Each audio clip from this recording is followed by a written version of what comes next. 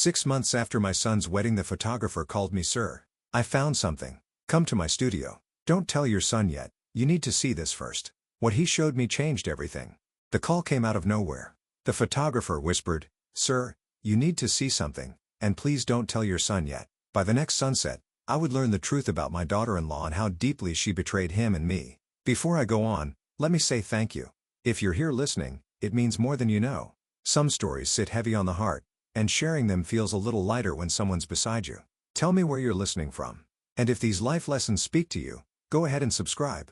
Your support helps an old man keep telling the truth, one story at a time. You know, when you get older, life settles into a rhythm. Quiet mornings, a mug warming your hands, joints reminding you the body keeps its own calendar, whether you like it or not.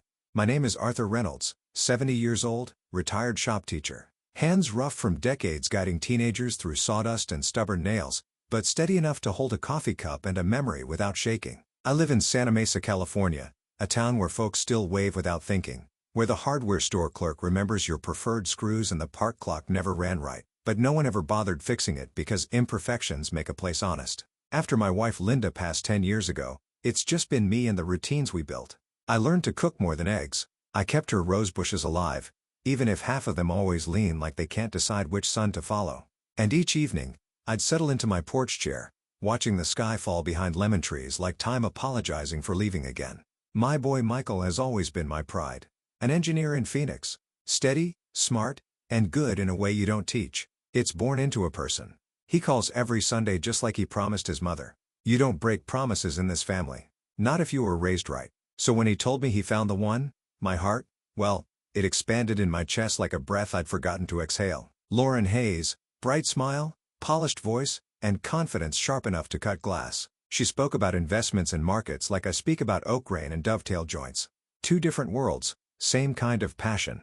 She looked at my son like the world made sense when he walked in. And for a widower hour who prayed his boy would find real love, that was more than enough. Their wedding was something out of a magazine. A garden venue in Scottsdale, lanterns glowing like tiny stars. I wore the same suit Linda picked for our 40th anniversary. Felt her hand on my arm as I walked in as if she whispered, "Look at us.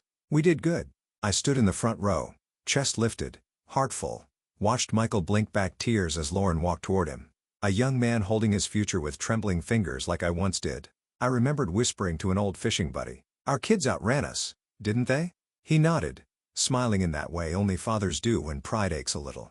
The reception was a whirl of toasts, bright lights, and camera flashes.